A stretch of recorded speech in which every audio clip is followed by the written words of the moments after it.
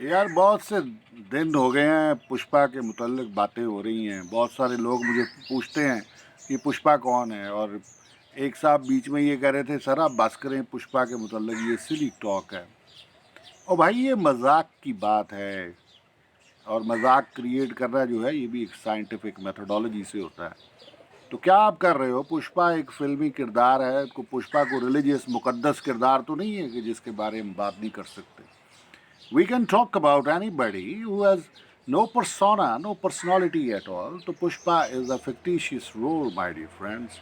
तो पुष्पा के मुतल्लिक बात ये है कि पुष्पा एक मज़ाहिया किरदार है, और उसके मुतल्लिक बात ये है कि पुष्पा सलाई मशीन बहुत पसंद करती थी।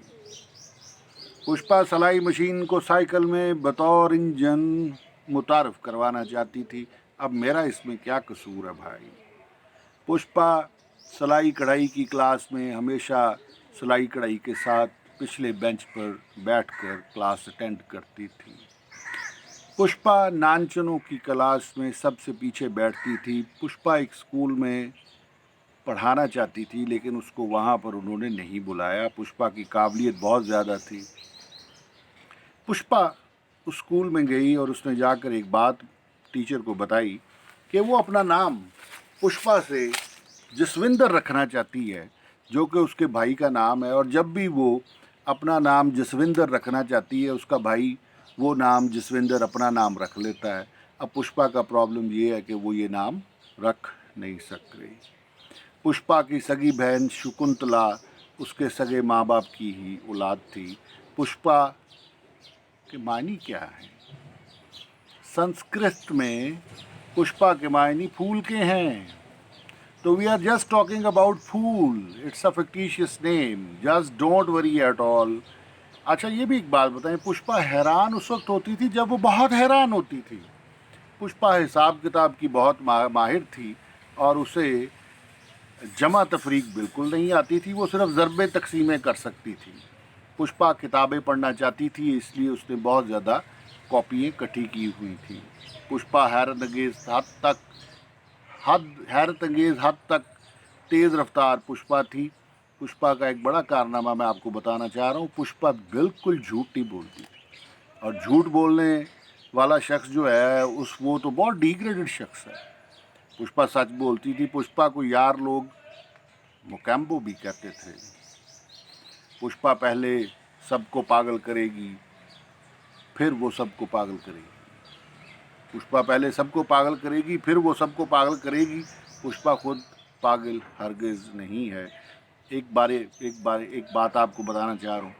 पुष्पा एक दफ़ा ज़िला कसूर की तरफ जा रही थी। उसने वहाँ पर जाकर एक अदालत में पेश होना था कि पुष्पा को लगा कि जैसे वो खुद कसूरवार है।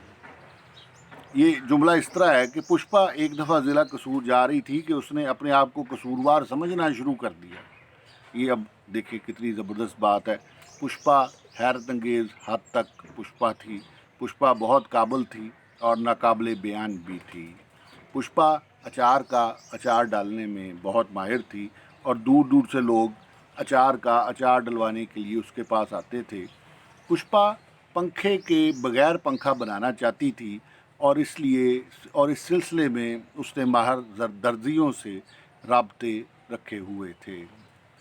पुष्पा के वालिद फिल्म स्टार अक्षय कुमार को जानते ही नहीं थे। वो आमिर खान के फ़ैन थे, और वो 1955 में फौत हो गए थे।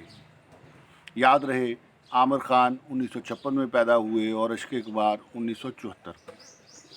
पुष्पा ने मशहूर फिल्म देगची 100 बार देखी, और पुष्पा को वो फिल्म अजबर याद थी। पुष्पा हमेशा पेशावरी चप्पल साड़ी के साथ पहनती थी, और ज़्यादातर उसकी चप्पलें पेशावर से बनकर आती थीं। पुष्पा मर्दाना वार मेकअप करने की शौकीन थी, और पुष्पा मर्दाना वार मेकअप किए रखती थी। एक और बात मुझे हमारे एक दोस्त जो फेसबुक फ्रेंड है उन्होंने बताई कि जनाब पुष्पा जंजों में पैसे लूटती थी, और इस तरह इसने बहुत पैसा इकट्ठा किया।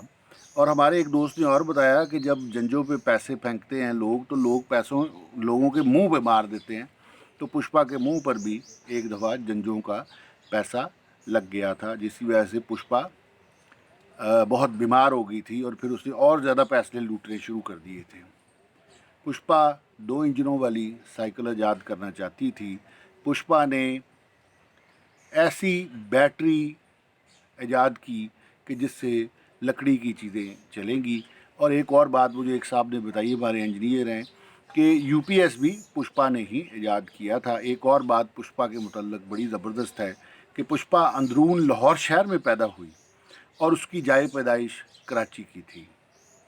पुष्पा सुबह की चाय में चाय डालकर पीती थी। पुष्पा बहुत खामोश मिजाज थी। पुष्पा बहुत खामोश मिजाज थी, इसलिए वो बहुत बातें करती थी। पुष्पा बहुत ज़बरदस्त खातून थी और पुष्पा बातें ये करना चाहती थी कि कोई अच्छा सा गाना सुना दें। अब गाने कहाँ से पुष्पा सुनाए? पुष्पा बहुत गाने सुनती थी। पुष्पा अच्छी सुनैया थी, इसलिए वो अच्छी गवैया भी थी। फिर पुष्पा ने एक दिन गाना सुनाया, दिल में तुझे बिठाकर पूजा करूँगी तेरी, आंखें बंद करके पूजा करूँगी तेरी। फिर जो पुष्पा है अपनी बहन चंपा कुमारी के साथ भी बहुत गुफ्तगू करती थी और उसके साथ मिल के वो ढोलक बजाती थी। और ढोलक जो होती थी वो ऐसी होती थी कि पूरा मोहल्ला उनके साथ नाचता था। पुष्पा के मुतल्लिक और गुफ्तगू करेंगे अगली बारी में। Thank you.